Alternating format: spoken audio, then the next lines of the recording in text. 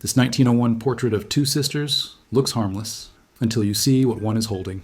Dr. Michael Hayes had seen the thousands of photographs in his 20-year career as a Civil War-era historian, but something about this particular portrait stopped him cold. It was a humid Tuesday afternoon in August 2018 when he first encountered the image at a Charleston estate sale. The photograph showed two young women in their 20s, seated side by side in an elegant parlor, their Victorian dresses immaculate, their expressions serene. The handwritten inscription on the back read simply, "Catherine and Eleanor, March 1901. Michael almost passed it by. Another formal portrait from the turn of the century, destined for some collector's drawer. But there was something in the older sister's eyes, Catherine, he assumed, that held a quality he couldn't quite name. Not fear, exactly. Something deeper. Something that made his historian's instinct pulse with recognition. He purchased the photograph for $12 along with a box of miscellaneous documents and carried it back to his office at the College of Charleston. Under the afternoon light streaming through his window, he examined it more carefully. The photography was professional, likely taken at one of Charleston's better studios. The women wore their hair in the Gibson girl style popular at the time. Their posture was rigid, as was customary for long exposure times. The studio backdrop showed a painted scene of a Charleston garden, complete with azaleas and wrought iron gates. The furniture was expensive, a velvet settee with carved mahogany legs. These were not poor women. They came from at least moderate means, or had married into it. Their dresses, though formal and high-necked in the fashion of the era, showed quality tailoring. Catherine wore dark burgundy wool with jet buttons. Eleanor wore lighter gray silk with delicate lace at the collar and cuffs. Michael set up his digital scanner, adjusting the resolution to its highest setting. He'd learned over the years that modern technology could reveal details invisible to the Victorian eye. Tiny inscriptions on jewelry, hidden tears in clothing, even the titles of books barely visible on shelves in the background. The scanner could capture what the human eye missed, what even the photographer might not have noticed. As the machine hummed to life, he wondered idly about these sisters, who they were, what their lives had been like in a Charleston still recovering from the Civil War's devastation, still defining itself in the new century. He had no idea he was about to uncover a secret that had remained hidden for 117 years. A secret that would consume the next 6 months of his life and finally bring justice to two women who'd been silenced over a century ago. The high-resolution scan loaded on Michael's computer screen, and he began his usual methodical examination. He zoomed in on the women's faces first, noting the subtle differences in their features. Catherine, the older sister on the left, had sharper cheekbones and darker eyes that seemed to stare directly through the camera lens. There was an intensity there, a guardedness. Eleanor's face was softer, rounder, with a gentle smile that seemed genuine despite the formal setting. But now, looking closer, Michael could see tension around her eyes, a tightness in her jaw. He moved down to examine their clothing, the intricate lace collars, the mother-of-pearl buttons, the delicate embroidery on their sleeves. Then he reached Catherine's hands, folded primly in her lap, partially obscured by the cascading fabric of her dark wool dress. The fabric fell in heavy folds, creating deep shadows in the photograph. Michael froze. His breath caught as he leaned closer to the monitor, certain his eyes were deceiving him. He zoomed in further, the pixels expanding until the image became grainy, then adjusted the contrast and brightness. His heart began to pound in his chest, each beat seeming to echo in the quiet office. There, barely visible in the shadows of the dress folds, partially concealed by Catherine's right hand, the unmistakable outline of a small pistol. The grip was ornate, likely pearl or ivory, catching a tiny fragment of light from the studio window. The barrel was short, compact. A derringer, if he had to guess. The kind of weapon a woman might hide in a purse or pocket for protection. Jesus Christ, Michael whispered to the empty office. He sat back in his chair, his mind racing through possibilities. Women occasionally carried small firearms in that era for protection, especially in cities. It wasn't unheard of. But to bring one to a professional photography session, to hold it concealed during a formal portrait that required sitting absolutely still for several seconds of exposure, that wasn't just unusual, that was deliberate, that was calculated, that was desperate. Michael zoomed out and looked at the full portrait again. Now he noticed other details he'd missed before, the way Catherine's left hand gripped the armrest of the settee, knuckles white with tension. The way Eleanor sat slightly closer to her sister than would have been typical for such formal portraits. The way both women's eyes, despite the requisite stillness of Victorian photography, held something that made his stomach tighten. Michael looked again at Catherine's eyes in the photograph, and suddenly that unnamed quality he'd noticed earlier had a name. It wasn't just intensity or guardedness, it was terror. Michael spent the rest of that evening staring at the photograph, unable to shake the growing sense of dread settling in his chest. He printed multiple versions, standard, enhanced, with the weapon area circled in red. He'd worked with historical photographs depicting violence before, Civil War casualties, lynching victims, crime scenes from Charleston's darker past. But this was different. This was violence anticipated, not yet committed. This was a woman preparing for something terrible, something she knew was coming. He barely slept that night. The image of Catherine's terrified eyes haunted him. When he finally dozed off around 3 a.m, he dreamed of a woman drowning, her hand reaching up from dark water, still clutching a small pistol that gleamed in the moonlight. The next morning, he arrived at the South Carolina Historical Society before it opened, clutching a folder containing enlarged prints of the photograph. Margaret Wilson, the head archivist and his longtime colleague, looked up from her desk as he entered. She was organizing a new shipment of documents from a private collection, her reading glasses perched on her nose. "You look like you've seen a ghost," she said, removing her glasses and setting them aside. "I might have." Michael spread the photographs across her desk, his hands trembling slightly as he pointed to the enhanced image showing the pistol. 1901, 2 sisters, Charleston. One of them is holding a concealed weapon during a professional portrait session. Margaret leaned forward, her expression shifting from curiosity to concern as she examined the images. She picked up the enhanced version, holding it close to her face, then setting it down and looking at the original. Good Lord. That's a Remington double Derringer if I've ever seen one. Popular among women at the time for personal protection, but Michael, I know, why would she bring it to a photography studio? Unless she was afraid to be without it, Margaret finished quietly, her voice dropping. Unless she believed she might need it at any moment, even in a public place, even surrounded by witnesses. She looked up at him, and he could see his own disturbed thoughts reflected in her eyes. "Do we have names?" "Catherine and Eleanor. No surnames yet." The photo came from the Whitmore estate sale on Trad Street last Tuesday. I bought it with a box of miscellaneous papers, but there was nothing else about these women in the collection. Margaret was already moving toward the archives, her fingers trailing along rows of leather-bound record books. If they were photographed professionally in Charleston in 1901, there should be records. Studio photographers kept detailed logs, names, addresses, payment receipts. They had to, for tax purposes and for reprints. They spent the next 4 hours searching through dusty ledgers from Charleston's photography studios. The city had boasted at least a dozen professional photographers at the turn of the century, each competing for the business of Charleston's recovering merchant class. Michael and Margaret worked methodically through each studio's records, cross-referencing dates and descriptions. Finally, in the records of Townsend and Gray photographic artists, Margaret found it. Her finger stopped on a line of elegant cursive writing, and she drew in a sharp breath. "Here, March 14th, 1901. Catherine and Eleanor Brennan. 2 sisters. Formal portrait. 1 sitting. Address listed as 67 Church Street. Payment $3. Paid by Mr. Thomas Brennan. Michael wrote down the information, his hand trembling slightly. The husband paid for it. He commissioned the portrait, which means he wanted it, Margaret said thoughtfully. This wasn't something Catherine arranged in secret. He made them pose for this photograph. They moved to the census records, pulling the heavy volumes for Charleston County in 1900. The handwritten entries were faded but legible. Catherine Brennan, age 26 in 1901, was listed as married to Thomas Brennan, a shipping merchant 15 years her senior. They lived at 67 Church Street, a respectable address in Charleston's merchant district, in a house valued at $1,200. Thomas Brennan's occupation was listed as cotton factor and shipping agent. His assets were listed as substantial. Eleanor, 23, was listed as residing at the same address, unmarried, occupation, none. Her relationship to the head of household, sister-in-law. Michael cross-referenced property records and found that the Church Street house had been purchased by Thomas Brennan in 1898, 3 years before the photograph was taken. Tax records showed he'd made his fortune in cotton shipping, capitalizing on Charleston's efforts to rebuild its trade economy after the devastation of the Civil War. He'd arrived in Charleston in 1895 with letters of credit from banks in Virginia, established his business quickly, and married Catherine Fletcher in 1899. "Look at this," Margaret said, pointing to a Charleston News and Courier Society column from April 1899. Mr. Thomas Brennan and Miss Catherine Fletcher were united in marriage at St. Michael's Episcopal Church. The bride's sister, Miss Eleanor Fletcher, served as maid of honor. The bride is the daughter of the late Samuel Fletcher, merchant, and inherits a modest estate. Fletcher was their maiden name, Michael noted, writing it down carefully. So Eleanor moved in with her sister after the marriage. That was common enough if she was unmarried and had no parents living. But Margaret was already pulling another record, and the expression on her face made Michael's stomach drop. "Michael, look at this police report from February 1901. 1 month before the photograph was taken." Michael leaned over her shoulder, reading the faded, handwritten report. A neighbor on Church Street, Mrs. Adelaide Porter, had reported sounds of a violent domestic disturbance at number 67 around 10 o'clock in the evening.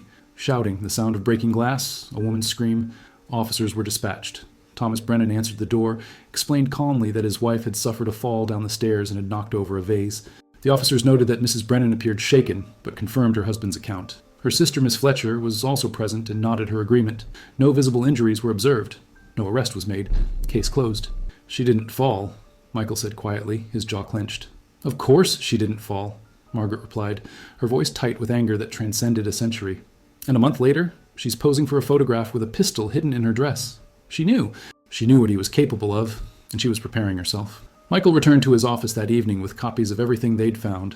spreading the documents across his desk like pieces of a puzzle that refused to fit together. The autumn sun was setting over Charleston, casting long shadows through his window. He made coffee and settled in for what he knew would be a long night. He searched through Charleston's death records for 1901, half dreading what he might find. The leather-bound register was organized chronologically. He ran his finger down the entries for April, May, June. Catherine Brennan's name appeared in the register for June 17, 1901. Cause of death, accidental drowning. Location, Charleston Harbor, East Bay Street docks. Age, 26 years. Body recovered by Harbor Patrol, identified by husband Thomas Brennan. Burial, Magnolia Cemetery. Attending physician, Dr. James Morton. 3 months after the photograph. Just 3 months. Michael's hands shook as he read the brief entry. There was no autopsy report attached, no investigation record, nothing but that single line in the death register. The notation was perfunctory, bureaucratic, suggesting nothing unusual had warranted further inquiry. He searched for Eleanor's name in the subsequent months, the years following. Nothing. She simply vanished from all records after March 1901. No death certificate, no marriage license, no census entry in 1910. No listing in city directories. It was as if Eleanor Fletcher had ceased to exist the moment that photograph was taken. The next morning, exhausted but driven, Michael drove to the Charleston County Courthouse, where older records were stored in climate-controlled vaults in the basement. The clerk on duty was a young woman named Sarah, a graduate student in library science who understood the urgency researchers sometimes felt. "We had a fire in 1902, Sarah explained as she pulled the relevant boxes from the shelves, her voice echoing in the concrete vault. Started in the records office, spread quickly. A lot of records from 1900 to 1902 were damaged or destroyed completely. It's incredibly frustrating for researchers like you." Michael opened the box labeled June 1901, Deaths and Inquests, with trembling fingers. Most of the documents inside were smoke damaged, the edges brown and brittle, some pages stuck together with age and water damage from the fire hoses. He found Catherine's death report, but entire sections had been burned away, leaving only fragments of words and sentences. What remained was barely legible. Body recovered from harbor at dawn, identified by husband. No signs of investigation deemed accidental. Dr. Morton certifies. The words between were ash. The physician's full report, if there had been one, was gone. Any witness statements, any details about the condition of the body, all of it consumed by flames. "There's something else," Sarah said, pulling out a separate folder marked Probate and Estate Matters, July 1901. This was filed separately, so it survived the fire. Michael opened it with a growing sense of dread. Inside was a petition to the court dated July 3rd, 1901. Thomas Brennan had petitioned to be declared the sole heir to his wife's estate and to have Eleanor Fletcher declared legally missing and presumed dead. The petition claimed that Eleanor had disappeared in a state of emotional distress following her sister's accidental death, and that, despite extensive searches, no trace of her had been found. Thomas Brennan therefore requested the court's permission to dispose of her personal effects and to assume control of any assets. The petition was granted on July 15th, 1901. The judge's signature was barely a scrawl at the bottom of the page. "He got everything," Michael said quietly, staring at the document. "The house, whatever money Catherine had inherited from her father, Eleanor's belongings, everything. And Eleanor just disappeared into thin air." Sarah looked over his shoulder at the petition, her young face troubled. "You think he killed them both, don't you?" Michael looked up at her, and in that moment, his historian's objectivity crumbled. "I don't think, Sarah. I know. Catherine knew it too. That's why she brought a gun to a photography studio." Michael's breakthrough came from an unexpected source 3 weeks later. While searching through old Charleston newspapers on microfilm, his eyes burning from hours of staring at the scrolling pages, he found a small advertisement in the July 1901 classifieds section of the Charleston News and Courier. It was buried among notices for missing livestock and requests for household staff. "Mrs. Abigail Porter seeks information regarding her dear friend, Miss Eleanor Fletcher, last seen in March of this year. Miss Fletcher is 23 years of age, fair-haired, of slender build. Anyone with knowledge of her whereabouts, please contact Mrs. A. Porter at 89 King Street. Utmost discretion assured. Reward offered." The advertisement had run for 3 consecutive weeks, then stopped. Michael's hands shook as he printed the page. With Margaret's help and access to genealogical databases, Michael traced Mrs. Abigail Porter's descendants through marriage records, birth certificates, and census data. It took 2 weeks of painstaking research, following branches of the family tree through 4 generations. Finally, they found her. Abigail Porter's great-great-granddaughter, Linda Chen, still lived in Charleston's historic district and agreed to meet with Michael at a coffee shop on Broad Street. Linda arrived on a cool October afternoon, carrying a small wooden box that looked as old as the city itself. She was a retired schoolteacher in her 70s, with kind eyes behind wire-rimmed glasses and gray hair pulled back in a neat bun. She set the box on the table between them with a gentleness that suggested it contained something precious. "My great-great-grandmother kept everything," Linda explained, her fingers resting protectively on the box's lid. Letters, newspaper clippings, photographs, pressed flowers, theater programs. She was what we'd now call a hoarder, but a very organized one. She was obsessed with what happened to Eleanor Fletcher. It haunted her for the rest of her life. She died in 1943 at the age of 87, and according to my grandmother, Eleanor's name was one of the last words she spoke. Inside the box, carefully preserved in tissue paper and organized chronologically, Michael found letters written in elegant cursive, newspaper articles about Catherine's death, several photographs of young women at garden parties and church socials, and pressed flowers tied with faded ribbons. But what stopped his breath completely was a letter dated March 10th, 1901, 4 days before the portrait was taken. The paper was yellowed with age, but the ink was still dark, the handwriting flowing and controlled despite the trembling urgency evident in certain words where the pen had pressed harder. "Dear Abigail," it began in Catherine's handwriting, "I fear this may be the last letter I write to you, and I pray I am wrong, but I must tell someone the truth in case the worst comes to pass. Thomas's violence has escalated beyond what Eleanor and I can endure any longer. What began as harsh words and small cruelties has become something far more dangerous. He has threatened our lives directly, telling me that I am his property and that Eleanor is a burden he will not tolerate much longer. We have made arrangements to leave Charleston, but we must wait until his business takes him to Savannah next month. He has a cotton shipment that will keep him away for at least 3 days. Eleanor and I will pose for a portrait this week at his insistence, as he wants a proper image of his wife and sister-in-law for his office. He wants proof of his respectable family. I will bring protection with me. I have purchased a small pistol and have learned to use it. If something happens to us before we can escape, please know that we tried our best to survive. Please remember us kindly. Your devoted friend, Catherine." Michael looked up at Linda, his throat tight with emotion. She knew. She knew he would kill her. Michael stood at the edge of Charleston Harbor on a gray October morning, looking out at the water that had claimed Catherine Brennan 117 years ago. The harbor was busier now, tourist boats departing for Fort Sumter, shipping containers stacked like children's blocks at the port, the occasional yacht cutting through the choppy water. But the water itself was unchanged, dark, cold, unforgiving.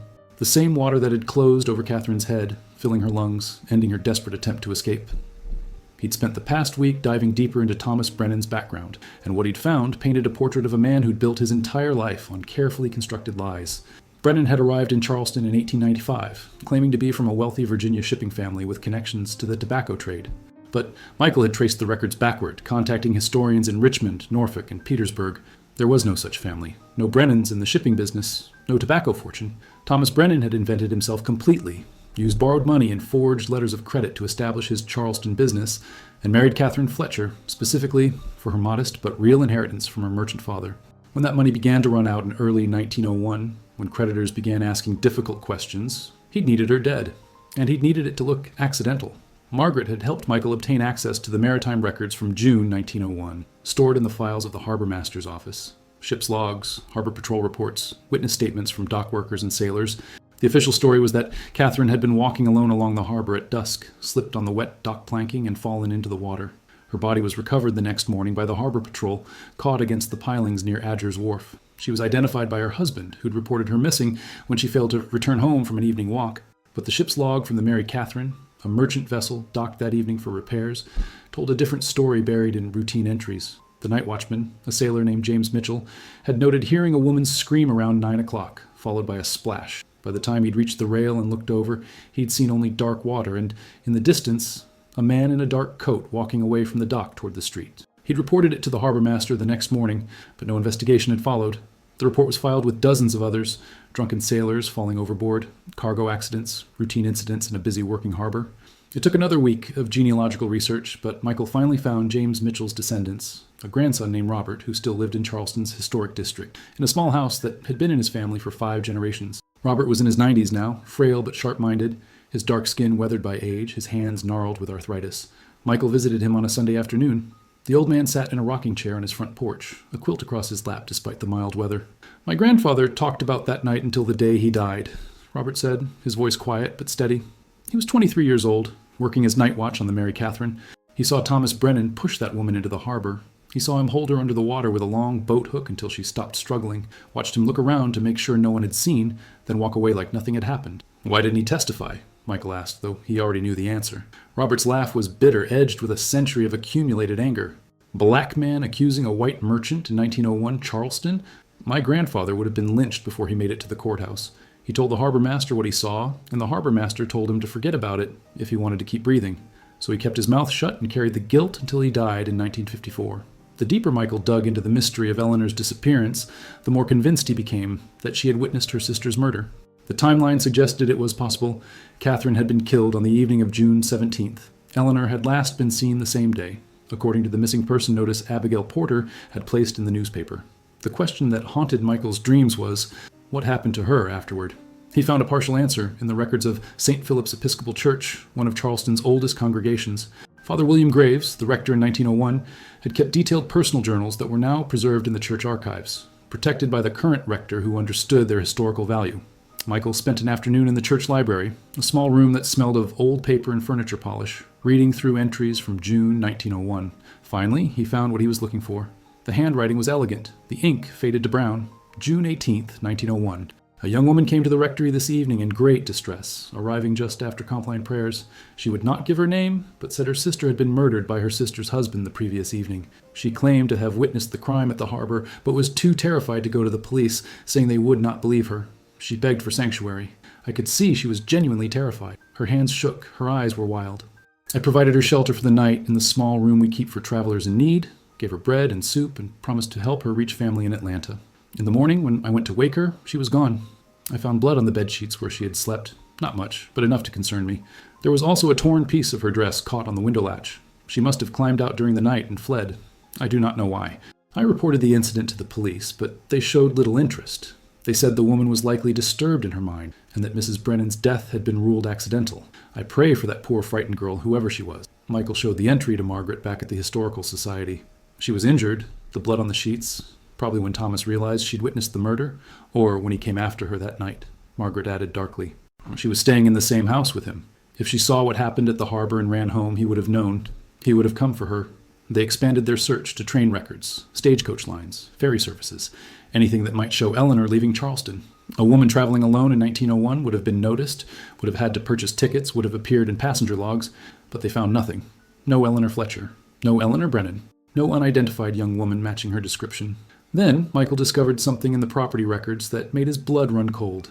In July 1901, just weeks after Catherine's death and Eleanor's disappearance, Thomas Brennan had filed paperwork with the city to have extensive renovations done to the basement of 67 Church Street. The work permit described structural improvements and storage expansion. The work was completed quickly, unusually quickly, in less than 2 weeks, and the permits were signed off without the customary final inspection. A $50 payment to the building inspector's office was noted in the records. A bribe. He buried her, Michael said, the realization hitting him like a physical blow. His voice shook. He buried Eleanor under his own house. Margaret closed her eyes, her hand pressed to her mouth. Dear God. The current owners of 67 Church Street were David and Jennifer Martinez, a young couple in their 30s who'd purchased the property 2 years earlier and had been slowly renovating the historic home. When Michael contacted them in November 2018 and carefully explained his research, the photograph, the hidden weapon, the evidence of murder, the suspicious basement renovations, they were horrified, but agreed immediately to allow a ground-penetrating radar survey. If there's someone buried under our house, Jennifer said, her face pale, we need to know. Those women deserve justice, even if it's a century too late. The Charleston Police Department opened an official investigation in early December. Despite the age of the alleged crimes, the discovery of potential human remains mandated a full response. The case was assigned to Detective Sarah Martinez, no relation to the homeowners, a specialist in cold cases who'd worked several high-profile historical investigations. The ground-penetrating radar survey took place on a cold December morning. Michael watched, his heart pounding, as the technician moved the equipment methodically across the brick floor of the basement. The old house groaned and settled around them. David and Jennifer Martinez stood in the doorway, holding hands, their faces tense. 20 minutes into the survey, the technician stopped abruptly. I've got something, she said, her voice carefully neutral. Northeast corner, anomaly in the soil beneath the foundation, approximately 6 feet long, 2 feet wide, depth of about 4 feet. The density and composition are consistent with disturbed earth and organic material. The size and shape were consistent with human remains. Detective Martinez made the call. Within hours, a full forensic team arrived. The couple moved out temporarily, unable to bear staying in the house while the excavation proceeded. Michael was allowed to observe from the perimeter as police tape went up and the careful, methodical work of archaeological excavation began. They removed the brick floor one piece at a time, numbering and cataloging each one. Beneath the bricks was a layer of concrete, cracked with age. Beneath that, dirt that had clearly been disturbed and refilled. The forensic team worked with brushes and small tools, treating the site as they would any crime scene, photographing every layer. 3 days into the excavation, on a gray afternoon with rain threatening, they found her. The skeleton was remarkably well preserved, curled in a fetal position in a shallow grave. She'd been wrapped in what remained of a wool blanket, now mostly rotted away, but still visible in fragments. The forensic anthropologist, Dr. Patricia Chen, confirmed immediately that the remains were consistent with a female in her early 20s from the turn of the 20th century. The bones showed no signs of disease, but were small, delicate, a petite woman who probably hadn't stood much over 5 feet tall. But it was the skull that told the real story. Dr. Chen called Detective Martinez and Michael over, pointing with a gloved finger at the back of the cranium. The bone showed a depressed fracture, the edges sharp and catastrophic. Blunt force trauma, she said quietly. Massive blow to the back of the head. Would have been immediately fatal. She never knew what hit her. She tried to run, Michael said, his voice breaking. She climbed out the window at the church and tried to get away. But she had to go back to the house, for clothes, for money, for something she needed, and he was waiting for her. With the remains, they found artifacts that confirmed her identity. A tarnished locket on a broken chain. When Dr. Chen carefully opened it, inside were 2 small photographs miraculously preserved. 2 young women, faces barely visible but recognizable from the 1901 portrait. Catherine and Eleanor. They also found a small leather diary, water-damaged but partially legible, and most heartbreaking of all, folded in what remained of her dress pocket, a train ticket to Atlanta dated June 19, 1901, the day after Catherine's murder. One-way passage. Eleanor had scraped together enough money to escape. She'd had her ticket. She'd been planning to leave on the morning train. She'd been so close. The story broke in January 2019, and within hours it had spread across the country. The photograph of the 2 sisters, Catherine with her terrified eyes and the pistol hidden in her dress, went viral. News outlets ran features about the hidden weapon, the double murder that had gone unpunished for 117 years, and the cold case finally solved through a historian's keen eye and modern forensic science. The photograph that had sat forgotten in a drawer for over a century suddenly became a powerful symbol of domestic violence, of women's voices silenced by a patriarchal system, and of justice delayed but not denied. Forensic analysis of Eleanor's remains confirmed everything. The skull fracture matched a blow from a heavy iron poker that investigators found during the excavation, buried near the body and showing traces of blood and bone fragments still detectable after more than a century. DNA analysis, while limited due to the age of the remains, was consistent with Eleanor being Catherine's sister. The dental records, compared with a description from a Charleston dentist's log that Margaret had unearthed, were a perfect match. Michael spent weeks following additional leads, piecing together Thomas Brennan's life after the murders. The merchant's business had collapsed in 1905, his creditors finally catching up with him. Records showed he'd left Charleston deeply in debt, fleeing to New Orleans where he'd reinvented himself once again.